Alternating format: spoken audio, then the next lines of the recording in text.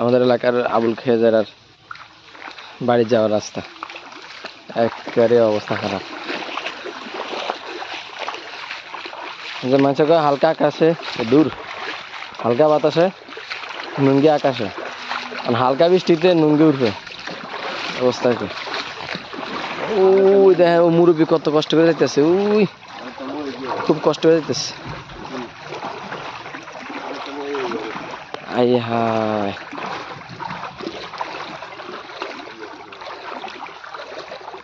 হিরেন আমি 100 ভিজতাম না।